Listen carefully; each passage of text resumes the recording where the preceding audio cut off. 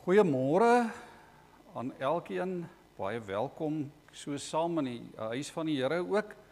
Ons glo dat die Here ons wil seën terwyl ons hier by mekaar is rondom sy woord en mag ons ook die Here se teenwoordigheid beleef hier in die erediens vanoggend. Ons gaan so 2 liedere vooraf ook saam sing.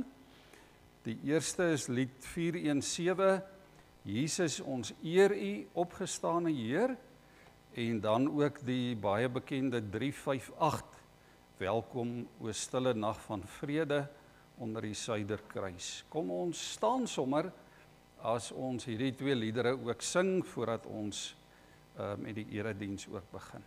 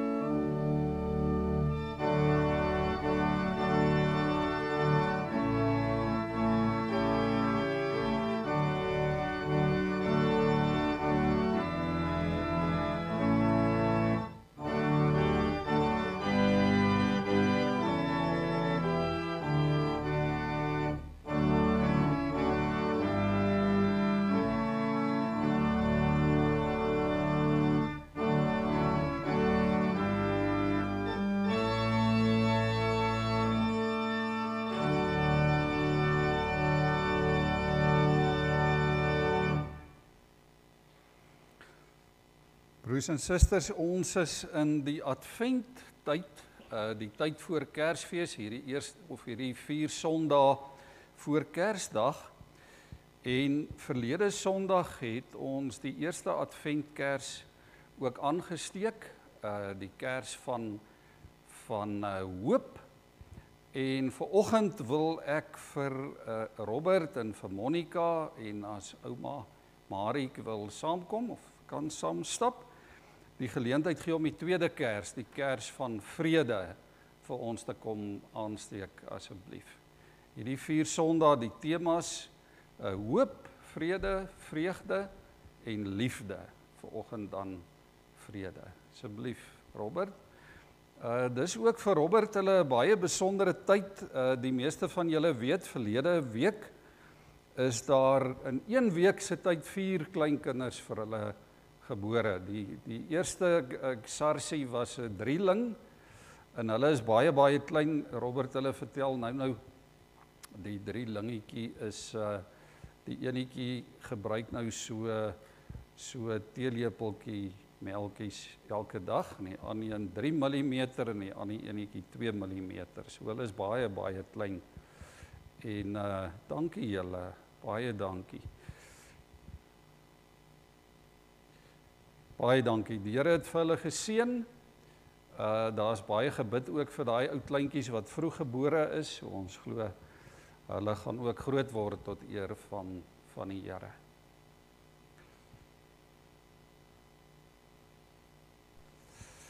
Ek begin vanoggend vir ons uit Jesaja.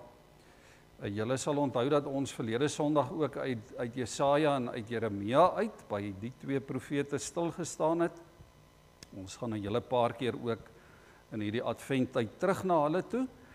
En vanoggend uit Jesaja 9, waar Jesaja die volgende profeteer, die bekende woorde: Die volk wat in duisternis geleef het 'n groot lig gesien. Oor die wat in die donker land was, het 'n lig geskyn. Vir ons is 'n seun gebore, aan ons is 'n seun gegee. Hy sal heers en hy sal genoem word wonderbare raadsman, magtige God, ewige Vader, vredevors. Hy sal die koninkryk vestig en in stand hou deur reg en geregtigheid van nou af en vir altyd. Daarvoor sal die onverdeelde trou van die Here, die Almagtige, sorg. En toe so omtrent 600 jaar later verwys Matteus, verwys hy na hierdie profesie van Jesaja. En kort daarna weet ons dat Jesus begin preek en Jesus het verkondig: bekeer julle, want die koninkryk van die hemel het naby gekom. En daarom is dit ons gebed ook vanoggend dat hierdie Kerstyd vir elkeen van ons 'n besondere tyd sal wees, waar ons die nabyheid, die vrede, die verlossing van die Here, elkeen persoonlik ook op 'n baie besondere manier sal beleef. Mag die Here vir ons seën. Dis ook 'n voorreg om julle te mag groet vanoggend in die naam van hom wat gekom het as ons verlosser Christus die Here. Genade en vrede vir jou. Ons gaan nog 'n lied sing, kom alle getroues vrolik en vol vreugde, ook kom in die gees nou na Bethlehem. Lied 3, 4, 5. Ons sing verse 1, 2 en 4. Daarna kan julle weer sit.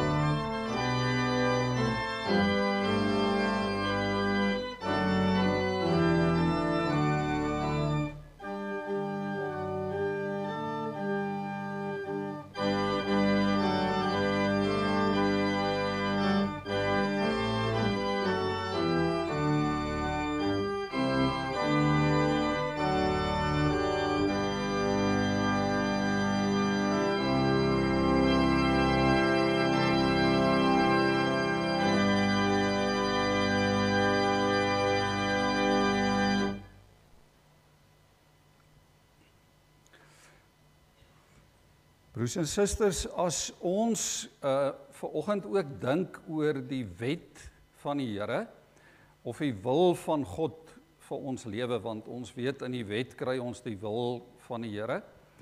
Dit word ook saamgevat deur Jesus in die Nuwe Testament. Dan sê die Here ook, maar liefde is die samevatting van die wet. Liefde is die volle uitvoering van die wet. As ons liefhet, as ons God liefhet, en ons het mekaar lief, en ons bewys liefde aan mekaar, en ons leef ons liefde teenoor God uit, dan is ons besig om die wil van die Here te doen. Vanoggend se tema in die prediking gaan oor, sluit ook aan by bekering, by sonde en by bekering. En as ons dink oor liefde, dan is liefde ook 'n stuk bekering. Want van nature is ons nie geneig om mekaar in God lief te hê nie. Van nature sê die woord is ons dalk eerder geneig om mekaar te haat.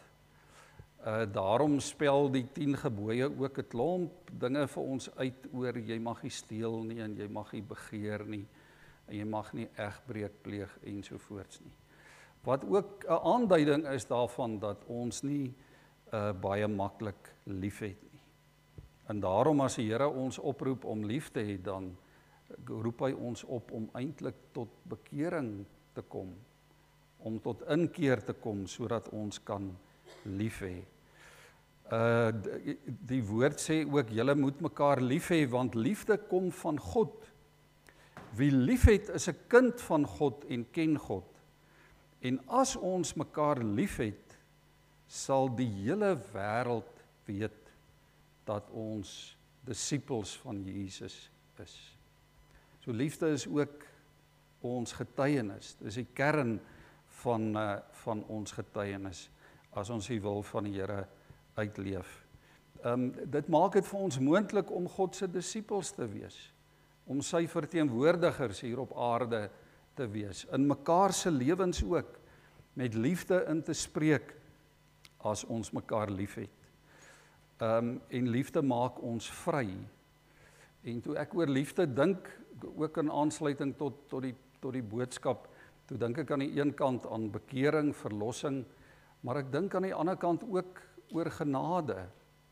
Want dit is God se genade wat dit vir ons moontlik maak om lief te hê. Romeine 5 vers 1, Paulus het daai liefde beleef. Paulus wat vol haat was, wat Christene vervolg het, wat teen die wil van die Here geleef het. En toe ontmoet hy vir Jesus en Paulus se lewe verander.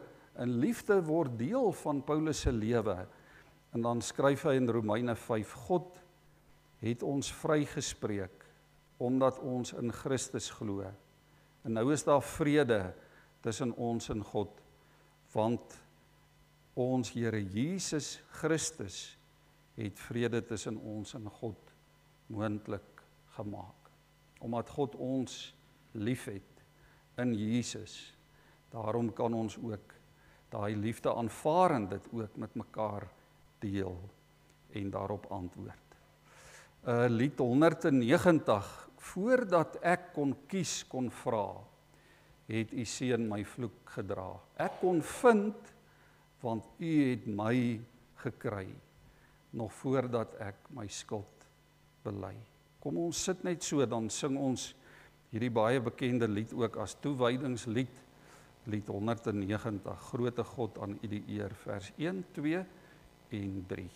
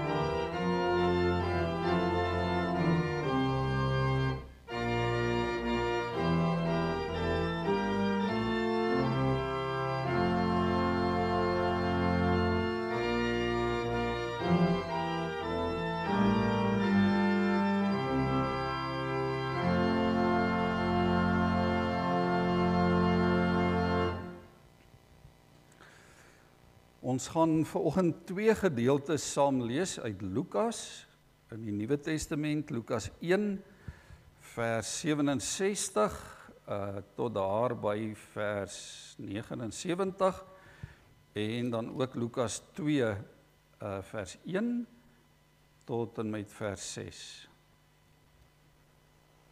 Eintlik vers 2 tot vers 6.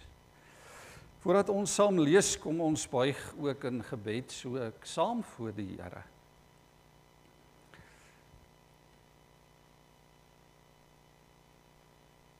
Here, ons God, ons is afhanklik van U genade en van U liefde.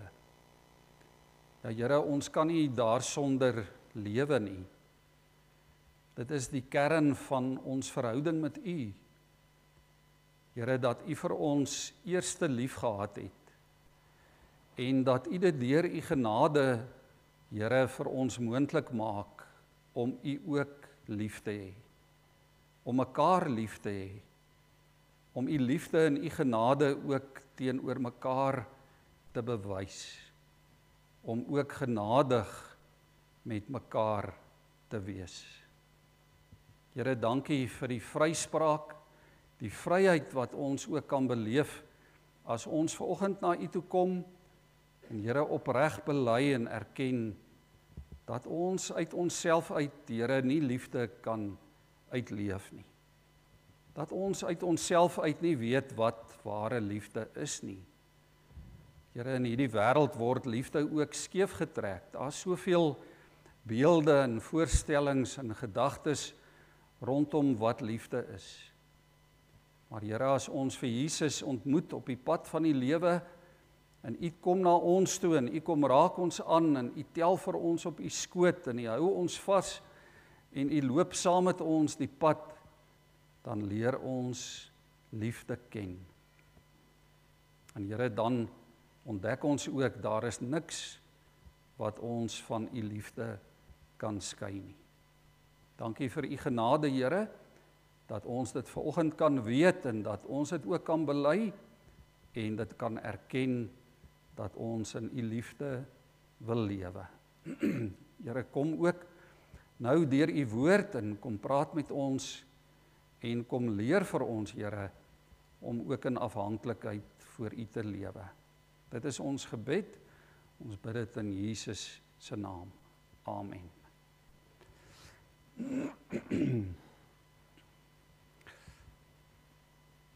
Lukas 1 vers 47.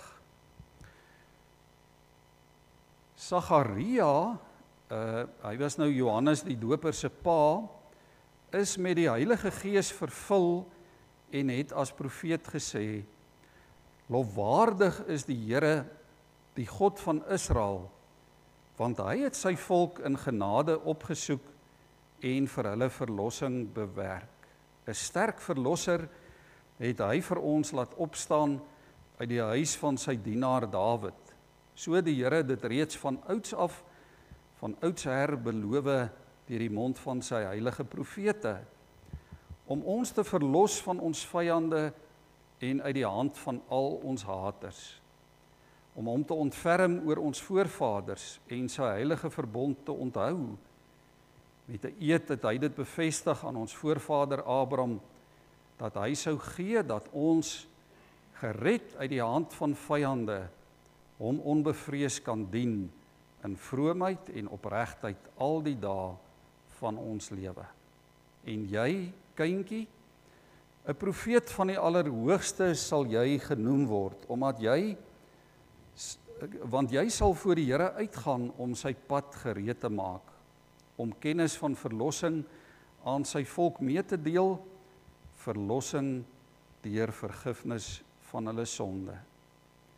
Danksy die genadige ontferming van ons God, soos die môre son sal hy opgaan en uit die hoogte op ons afstraal, om lig te bring aan die wat in duisternis en in die skaduwee van die dood lewe, om ons voetstappe te rig op die pad van vrede.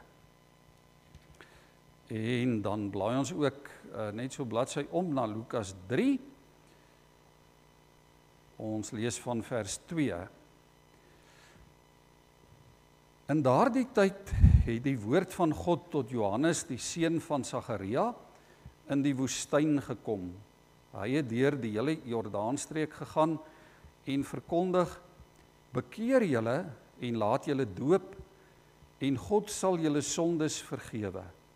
So staan dit geskrywe in die boek van die profeet Jesaja.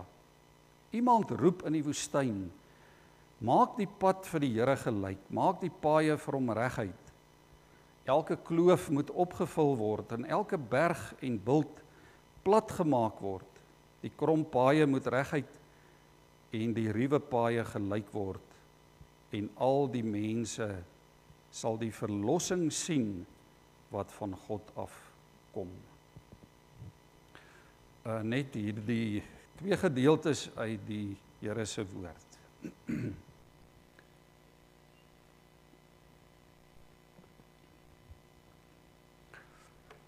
Broers en susters, as ons nou hier voor Kersfees, oor so 2 weke, bietjie meer as 2 weke is dit Kersfees, as ons in hierdie tyd hierdie Advent tekste lees en ook dink aan Advent, dan is dit belangrik en dit is goed om te onthou, om daaraan te dink dat die Bybel, en miskien hoor ons dit ook nie baie nie, dat die Bybel eintlik 'n wildernis teks is.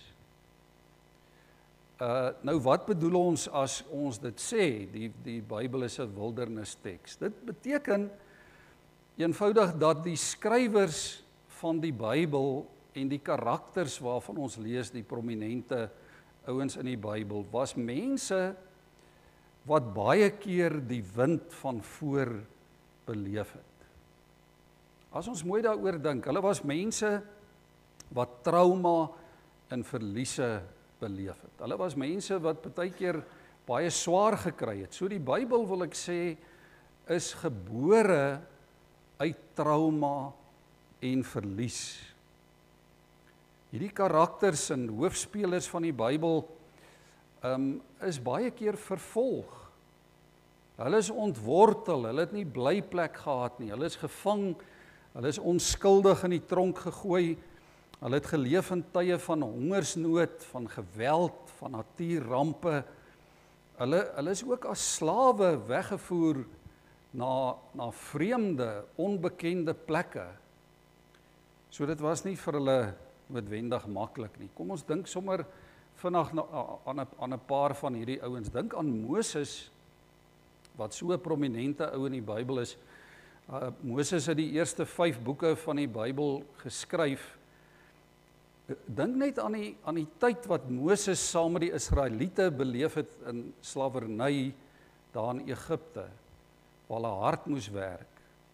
Op 'n stadium is Moses in die wildernis van Midian. Gelukkig het hy darm 'n vrou daar gekry, waar hy eintlik hard moes werk en aanvanklik sy skoonpa se skape moes oppas. En later 40 jaar in die woestyn saam met die Israeliete op pad na die beloofde land. Dink aan Samuel. So tyd terug het Dominee Ulrich ook gepreek oor Samuel. Samuel as 'n klein seentjie alleen daar in die tempel saam met die ou priester Eli. Ek weet nie of dit altyd vir Samuel so lekker en so maklik was nie. Dink aan iemand soos Job. Ons het die afgelope jaar ook baie van Job gehoor. Al die verliese, dit wat Job moes prysgee, dit wat hy beleef het in sy lewe. Dink aan Rut, 'n Moabitiese vrou daar uit die vreemde, in 'n vreemde land, onder vreemde omstandighede. Dink aan Jesaja, aan Jeremia, saam met die volk Israel in ballingskap in die vreemde. Dink aan Elia, onder die besembos, daar op Moedverloor se vlakte, waar hy vir die Here sê, Here, neem my lewe, ek wil nou eerder doodgaan, want ek sien nie meer kans vir hierdie stryd met die koning, met koningin Isebel nie. Dink aan Daniel in die leeukuil. Dink aan Jona onder in die vissemaag. Dink aan al die ander klein profete, Amos, Obadja, Habakuk wat getuig en sê, jy weet, ons is afhanklik van God se genade. Ander klein profete ook, Amos en Obadja. Dink aan Paulus in die tronk, aanvanklik voor die keiser verhoor en later in die tronk in Rome, waar hy dit moeilik gehad het. Dink aan Johannes, verban na die eiland Patmos. Daar is soveel voorbeelde, amper in elke boek van die Bybel, op elke bladsy kry ons die voorbeelde. Dink ook aan die disippels, Matteus, Markus, Lukas, Johannes, Filippus, Jakobus, daar in 'n klein ou bootjie op die stormsee saam met Jesus. Die Bybelskrywers en die Bybelkarakters het dit nie maklik gehad nie. Die verhale van die Bybel is in moeilike tye gebore. En nou is ons terug by Advent. En Advent wil ek ook waag om te sê is nie noodwendig 'n maklike tyd of 'n maklike seisoen in die kerk nie. Natuurlik is dit lekker. Dis 'n lekker tyd. Dis 'n kosbare tyd. Dis 'n belangrike tyd vir ons as gelowiges om alles reg te kry en gereed te kry vir Kersfees.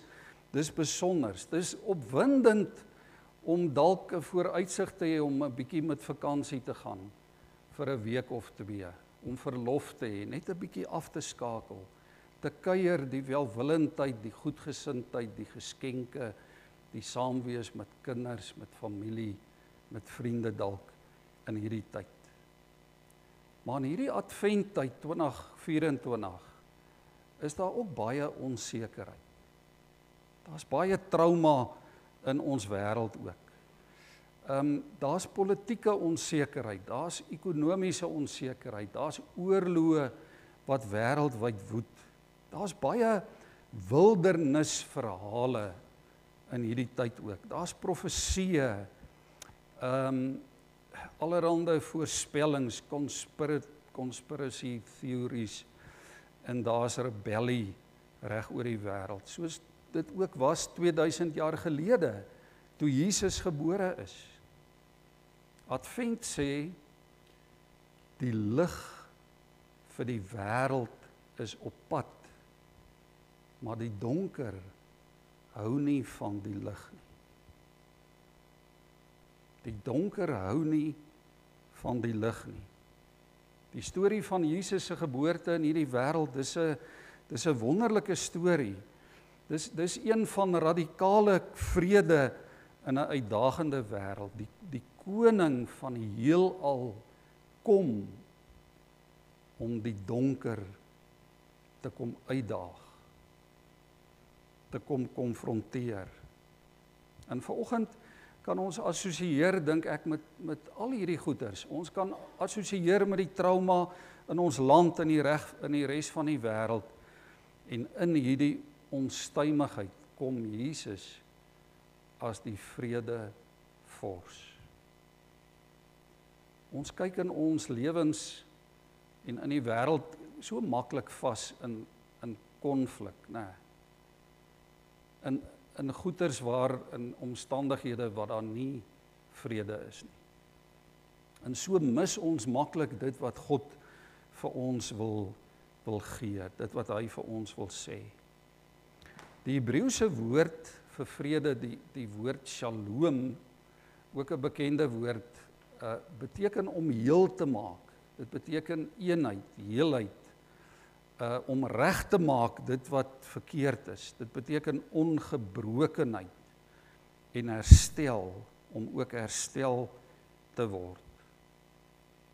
Maar hierdie vrede is nie net iets wat jy en ek kry nie. Dis ook iets wat ons gee. Dis iets wat ons doen. Dis iets wat ons bring. Dis iets wat ons uitdeel. Dis iets wat ons self ook help skep en help vestig daar waarna toe die Here ons voete ook mag lei. Jy en ek is fakkeldraers van God se vrede. Ons is verkenners van God in hierdie wêreld. Ons is sy verteenwoordigers hier op aarde. En nou kom Sagaria, dis interessante gedeelte is die rol van Johannes die Doper.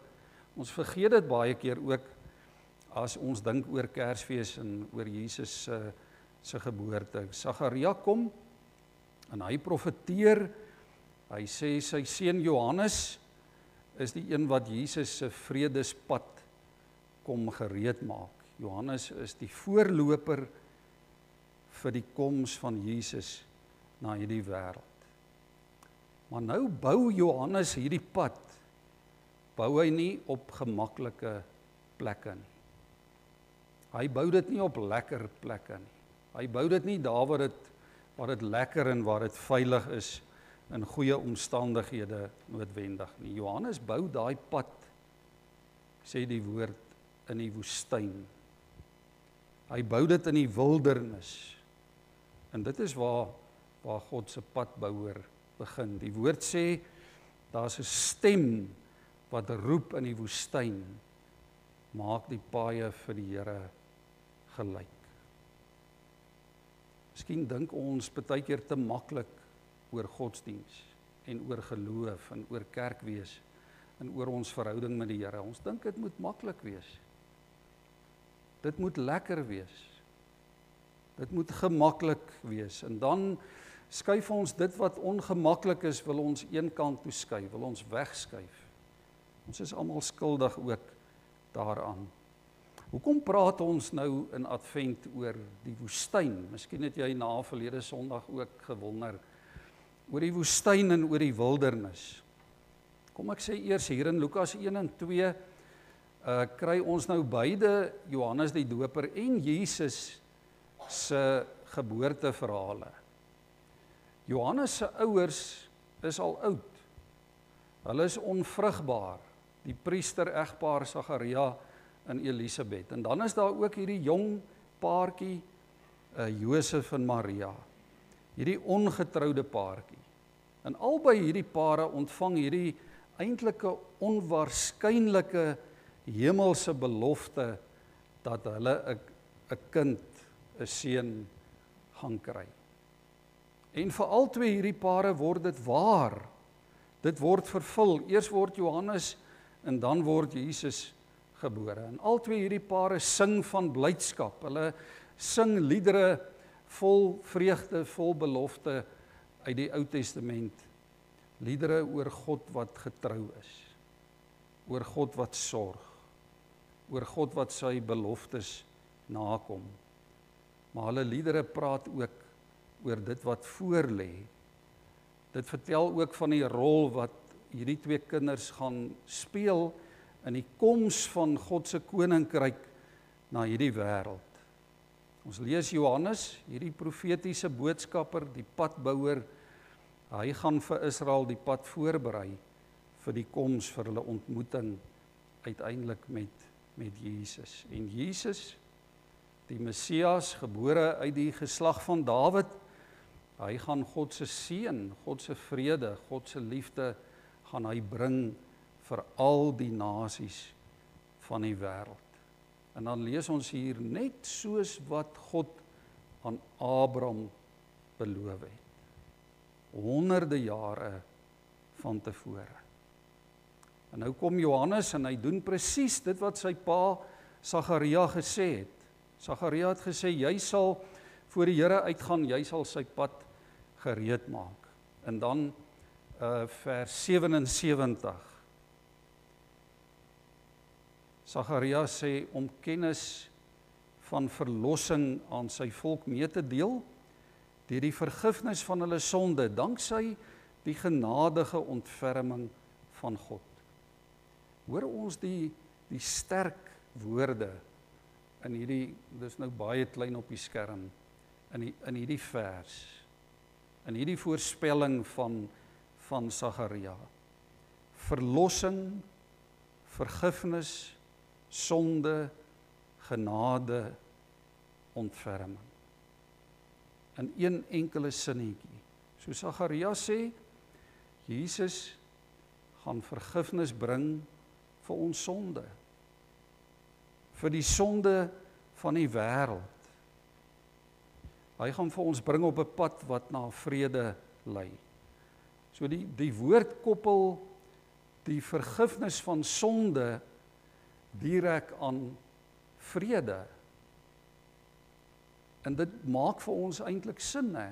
As 'n mens die swaar las van sonde dalk op jou skouers dra en met jou saamdra in jou lewe, en jy kan daarvan verlos word, jy kan dit neersit, jy kan daarvan ontslae of bevry word, dan beleef jy vrede. Dan beleef jy werklik verlossing. En ek wil sê, alle ander soorte vrede is relatief. Partykeer skep ons eie soort vrede, né? Dan dink ons dit is vrede.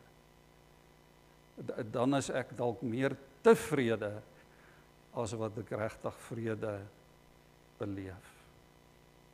Om tevrede te wees is nog nie vrede nie. Ek kan vir my situasie skep waar ek tevrede voel, maar dit beteken nog nie shalom vrede nie. Die boodskap van Kersfees het te doen met vrede. Ons sing daarvan, van die vrede op aarde wat God gebring het, maar dit het ook te doen met sonde.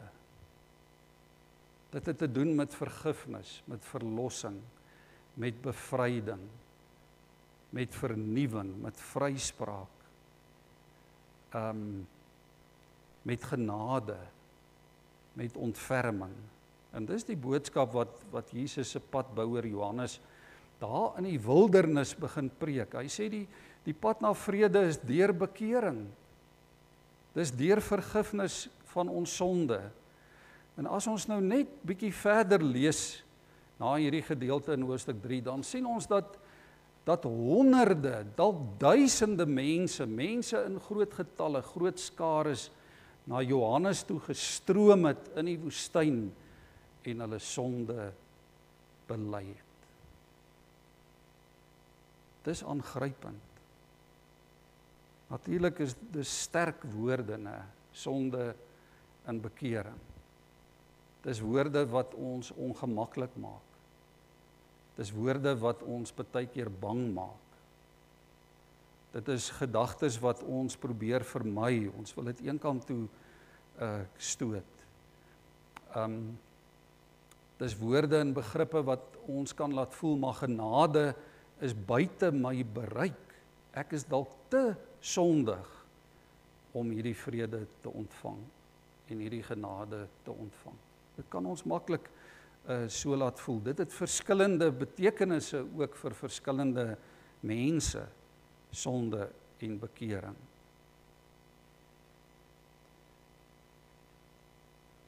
Dis ongelukkig woorde wat smal paaie gebou het en noue paaie, maar tog begin Advent en Kersfees begin met hierdie twee woorde. Dis die boodskap van Kersfees, God se shalom, God se vrede wat na hierdie wêreld toe gekom het vir die mensdom. Kersfees begin met 'n eerlike wildernisstyl, onverdunde afrekening met sonde. Met dit wat verkeerd is. Die pad na die krib loop verby Johannes. En vir Johannes gaan alles oor bekering. Gaan alles oor bekering. Dit sou eintlik hartseer wees as ons in hierdie Kerstyd by 'n Kersboom sit en vir mekaar geskenke gee. Maar ons het nie die vrede, die shalom van God in ons harte en in ons lewens nie. Dit sou eintlik, julle hoor my, dit sou ironies wees as ons dit doen. Want dan het daai welwillendheid eintlik geen waarde nie. Dan het dit geen betekenis nie. Al hierdie goed kry betekenis as ek vrede het met die Here. As ek vrede het hier diep in my siel en in my hart. Miskien moet ons daarom hierdie Kersfees ook ons bagasie neersit. Ons moet Johannes volg die woestyn in. Ons moet ook besef, maar ek hoef nie langer voor te gee dat ek perfek is, of dat ek dalk al die antwoorde het nie. Dit wat op die spel is met Kersfees, met God se ingrype in hierdie wêreld, met Jesus se koms, wat uiteindelik uitloop op die kruis, op Golgotha. Dit wat op die spel is baie meer as net 'n paar foutjies wat ek en jy maak. Kersfees sê ons lewensvrede is op die spel en ons lewensvreugde, want wat is sonde? Sonde beroof ons van dit. Sonde is meer as om net God se wette te breek en dalk uitgevang te word. Nee. Of dalk nie uitgevang te word nie. Sonde is meer as om net jou merk te mis. Dis meer as om net immorele dade te pleeg. Sonde is 'n probleem, want dit maak dood. Dit maak die wêreld dood.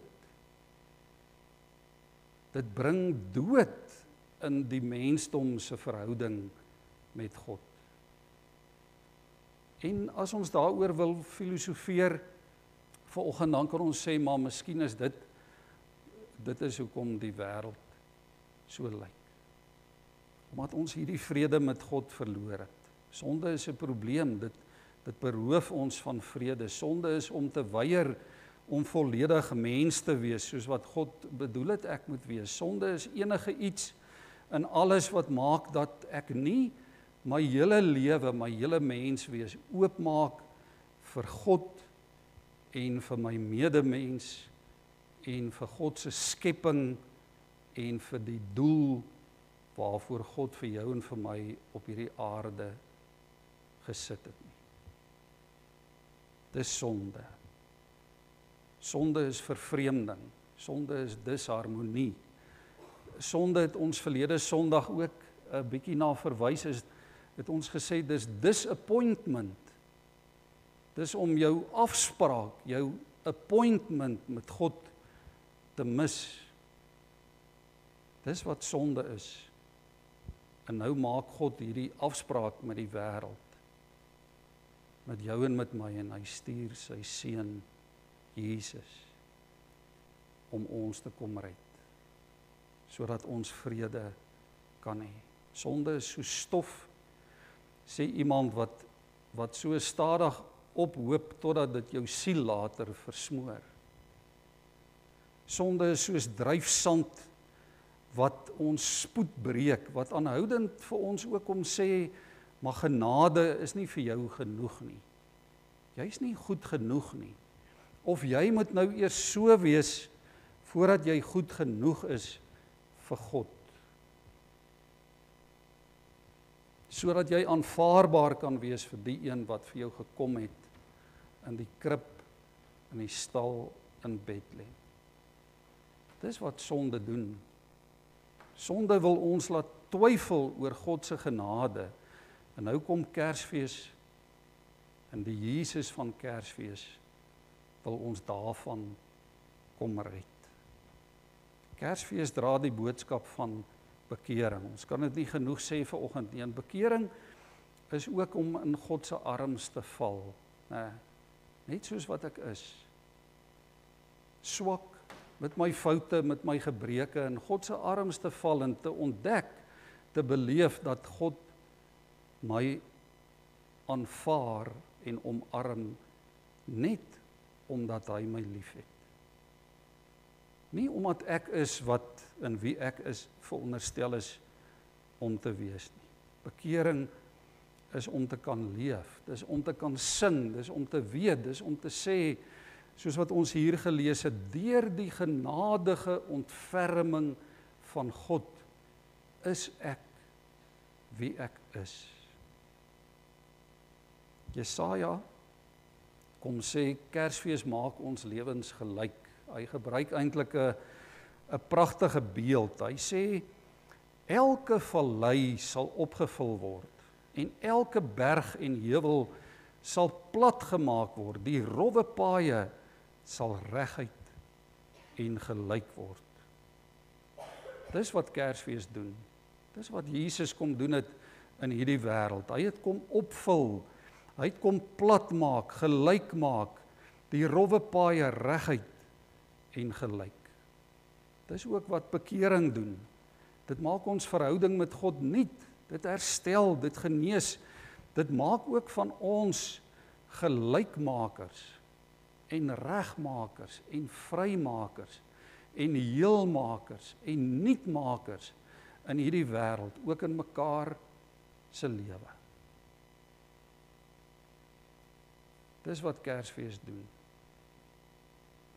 En dis in die wildernis waar ons dit ontdek. Waar ons ontdek hoe bewus, of waar ons bewus word ook van al ons voorregte, van dit waarmee die Here ons seën. Daar in die woestyn, in die wildernis, leer jy ook om die lewe wat God vir ons gebring het te waardeer. Jy ontdek wat waardevol is, wat betekenis het, hoe bevoorreg jy is. Jy waardeer wat jy het. Met daai growwe klippe en die sand onder jou voete beleef jy hoe dit is om langs moeilike paaie te stap. Iemand het hieroor geskryf, die volgende daar op die skerm. Hy sê, in die woestyn kan jy ver sien. Jy sien arrogansie op die bergtoppe. Jy sien wanhoop onder in die valleie en dan begin jy droom. Jy droom God se droom, die droom van 'n nuwe wêreld waar genade en hoop en vrede en deernis regeer. Wat dit moontlik is vir alle mense om te sien hoe lyk God se redding. En dan raak die koninkryk van God sigbaar. Dan raak hemel op aarde moontlik. Is dit nie aangrypend nie? Nee, elkeen van ons het al daai bergtop ervarings gehad. Elia het dit ook gehad. Toe hy die profete van Baal daar op Karmel oorwin het, toe beleef Elia hierdie bergtop belewenis. In die volgende oomblik toe lê hy daar onder die besembos in die woestyn op moedverloorse vlakte. En in die storm was die Here nie. In die gedreun van die donderweer was die Here nie. Uiteindelik kom God na hom toe in die stilte. Beleef hy hierdie shalom, die vrede van God. Ander kere het ons dalk die dieptes beleef, daai valleie. Ons ken dit almal.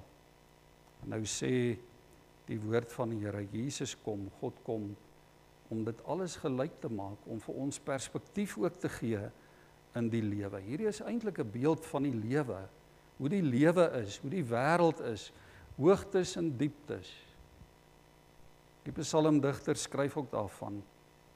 En daarmee sluit ons af ook, mag die woord van die Here in hierdie Kerstyd na jou en na my toe kom, soos wat dit gekom het na Sagaria, na Johannes. Mag ons dit beleef ook as 'n tyd van vernuwing, van herstel, van regmaak, van herlewing, van bekering. En mag ons elkeen ook 'n brawe stem in ons eie woestyn word, in hierdie wêreld. Daar buite is dit droog. Daar buite is baie goeters besig om te gebeur. Mag ons God se brawe stemme wees in jou wêreld. Hoe dit ook al mag lyk vir oggend. En mag ons voetstappe ook die pad na ware vrede aandui. Mag ons ook help om Jesus se pad van vrede vir mekaar en vir ander, vir ons medemense oop te maak. Amen.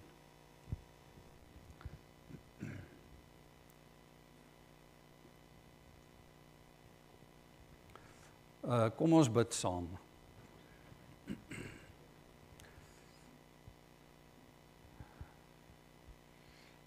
Here, U kom en U kom gryp vir ons aan met U vrede.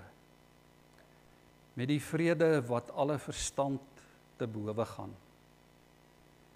Dankie Here dat U in hierdie Kerstyd spesifiek na elkeen van ons toe kom.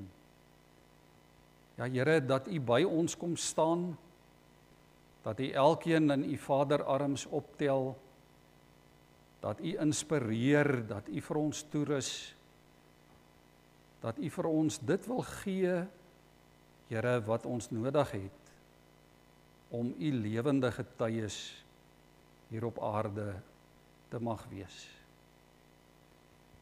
Ja Here, gee dat ons hierdie Kersfees sal geniet. Gee dat dit vir ons 'n spesiale tyd sal wees, Here, saam met vriende, saam met ons kinders, saam met ons ouers, as gesinne, as familiekringe, as vriende. Dat dit vir ons 'n kosbare en 'n lekker en 'n geseënde tyd sal wees, Here. En gee dat dit vir ons 'n tyd sal wees van naderkom na U toe.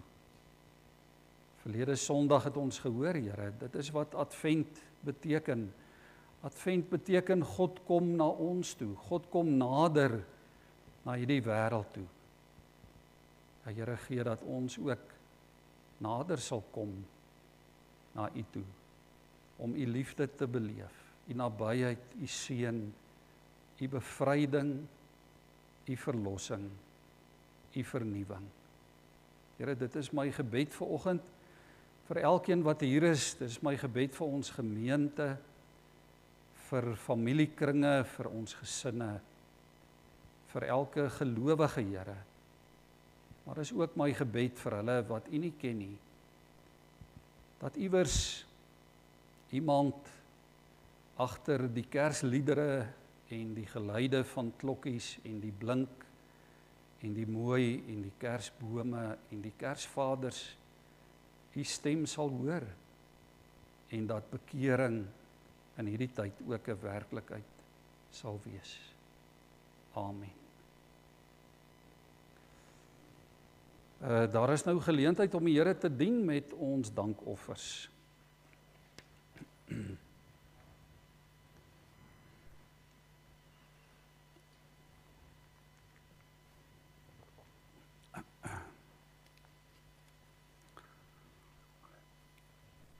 Broers en susters, die afkondiginge gaan ek sommer so vir ons voorlees.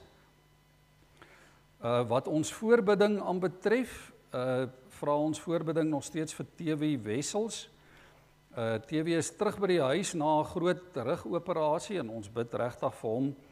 Hy was lank in Bloemfontein met rehabilitasie ook en ons bid vir Annetjie wat vir hom ook help en moet versorg daar op die plaas dat hy heeltemal gaan herstel en gou op die been gaan wees. Ons bid vir Petrus Kleinhans ook. Petrus gaan ondergaan môre 'n rugoperasie ook in Pretoria, in Bloemfontein. So ons bid vir Petrus en Alet ook en vir hom vir herstel. Marie Kriek het die afgelope week 'n terugslag gehad. Sy het 'n ligte beroerte aanval gehad. Hulle was onder in George, waar sy ook behandeling ontvang het vir 'n outo-immuun afwyking. Kom ons bid vir haar, dit gaan beter en hulle is waarskynlik ook alweer terug op die plaas. So kom ons bid vir haar dat dit gou weer beter sal gaan. Tannie Anet Otendaal, met haar gaan dit goed. Sy het bloedsomloop en haar probleme in haar bene, so kom ons bid dat dit ook gou sal verbeter. En aan al ons bejaardes, ons ouer lidmate in hierdie tyd dat hulle ook die vrede van die Here sal belewe. Ons eredienste nog steeds die res van die vakansie 9uur elke Sondagoggend en dan op gelofte dag Maandag die 16de is die erediens 8uur die oggend hier in ons kerkgebou. Daar is wel die 15de die Sondag, volgende Sondag 'n gewone erediens en dan Maandag die 16de die gelofte diens 8uur. Sondag die 22ste, ek noem dit miskien net reeds, sal Dominee Henry Williams van Kerkenberg die erediens waarneem hier by ons. Ek self moet dan ongelukkig ook weg wees. Ons gaan ons klein babietjie doop daar onder in Port Elizabeth. Ons is bevoorreg om dit te mag doen. En Dominee Ulrich kom ook eers die 22ste terug. So Dominee Henry sal dan vir ons instaan. En dan, broers en susters, moet ek ook aankondig dat ek en Lethea baie gebid het die afgelope tyd. Ons het die beroep daarna Prins Albert toe oorweeg en met die Here daaroor gepraat. Eintlik kom dit al 'n hele lang tyd dat ons vir die Here ook vra wat is sy plan en sy pad met ons. En ons het dan besluit ook om die beroep so aan te neem na Prins Albert toe. So ons sal nog hier in Harrismith wees tot so die einde van Maart. Waarskynlik die laaste week in Maart en dan sal ons ook woestyn toe gaan om die Here. Johan, jy skud jou kop, maar ons glo die Here het ook 'n plan met elkeen van ons, waar ons ook al is in die lewe, lei die Here vir ons. So dink nog aan ons, die inpakkery, dat dit ook voorspoedig sal verloop. Goed, Albert, jy het 'n woord gevra vanoggend ook.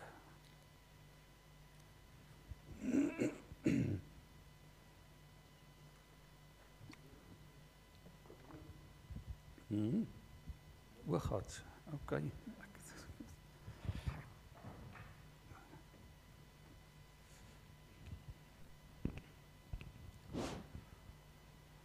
Môre almal. Ek hoop julle het 'n lekker warm Sondag. Gert, baie geluk met jou verjaarsdag Woensdag. Saterdag, Sondag. Sondag. Sondag. O, Sondag. Sondag. O, okay, skus. Ek het gehoor Dankie, nee, ek check jou. Ek is ook nog nie hier volgende Sondag nie, maar baie geluk met jou verjaarsdag. Dankie hoor. Mag die Here jou seën. Baie dankie. En jou pad vir jou gelyk maak en mag dit vir jou 'n besondere nuwe lewensjaar wees met die Here se seën.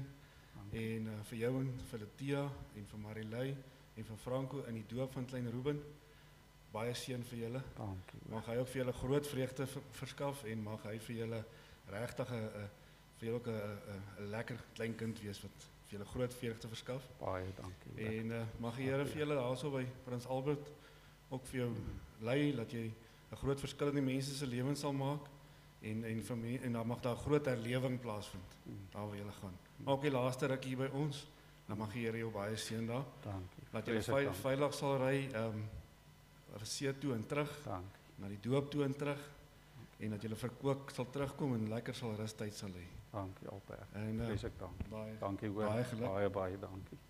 Vir jou ietsie. O, ag Jan, baie dankie hoor. Vrees ek dankie. Dankie Ietsie. julle. Baie dankie.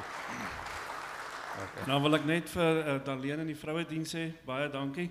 Daar's lekker koek en daar's lekker koffie en moerkoffie en tee en lekker koeldrankie ook vir die mense wat baie warm kry.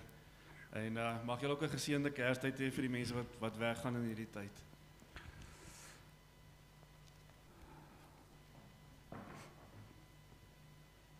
Albert, baie dankie. Dankie aan elkeen van julle. Ja, ons het darm 'n skoonseun ook intussen bygekry hoor. Ou dink ook aan hom. So nou en dan. Nee, dis vir ons 'n baie groot voorreg. Die kinders, soos julle weet, is daar in Ierland. Ons sien hulle so een keer 'n jaar of so.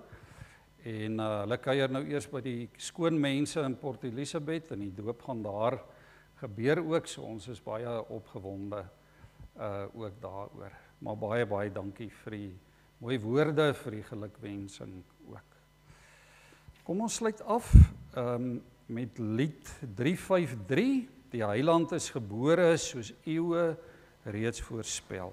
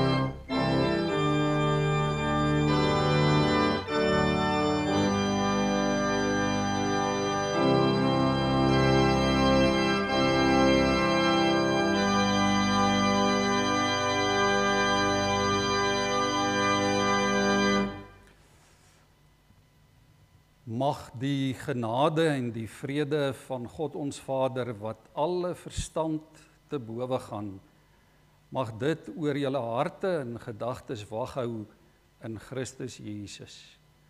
Mag die genade van God ons Vader, die gemeenskap van die Heilige Gees en die liefde van ons Here Jesus met elkeen van julle wees en met julle bly. Amen.